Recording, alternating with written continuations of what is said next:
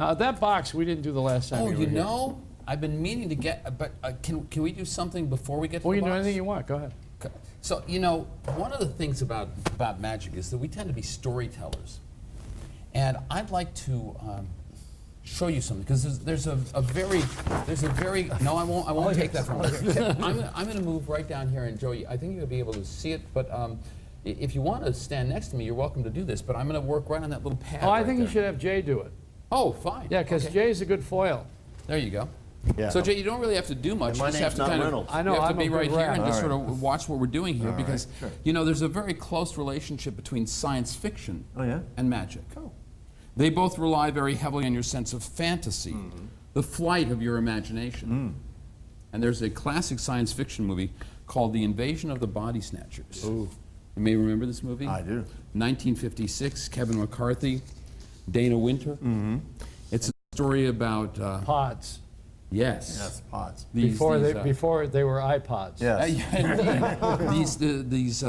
These creatures that come down from outer space, and they emit these large, what would you call them, like pods, right? Pod-like creatures that split open, and people start coming out of them. You can always tell when someone's been taken over because they are totally emotionless. Right. And for some strange reason, this is set in California. Yeah, really.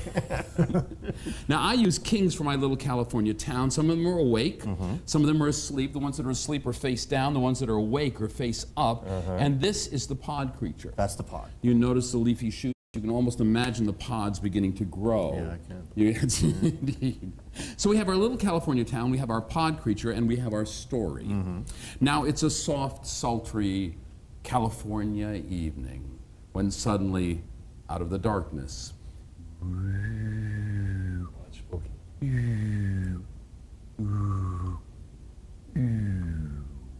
spaceship lands. The pod creature emerges from the craft, and the first person he comes upon is a derelict lying in the gutter. Really? He roughs him up a bit. I bet. In a moment, he's gone. Somebody sees this happen. He runs to get the cops. Before he gets half a block away, they tap him on the shoulders, and he's gone. No. Yes. Sometimes they attack in pairs. If they attack in pairs and you're not looking, it's all over for you, because immediately you've got 1, 2, and 3. Sometimes they attack when you are looking. If you are looking when they attack, it's still all over for you, because immediately you've got 1, 2, and 3. Oh, look at that. There's the Scarlett O'Hara. She's gone with the wind. Wow. Now, all these movies has a drifter. He doesn't really belong in the film. Right, right. He's just sort of passing Just through hangs town. out. Yeah, yeah. Right, exactly. So, but as he's passing through town, they get him. The hero and heroine, true blue and loyal, up Yeah. until the last minute, went in a little cave with a river running through it. Do you remember the river in I that do, cave? yes, yeah. They are suddenly gone and gone. Oh, my. Gone. Look at and that. that is the invasion of the body. Body snatchers. Oh, all you're pods. amazing. Indeed. Wow. Thank you, sir. Wow. So Michael Chow. Wow. Michael Chow. You Unbelievable. guys are like evil warlocks. Really? Peter Samelson.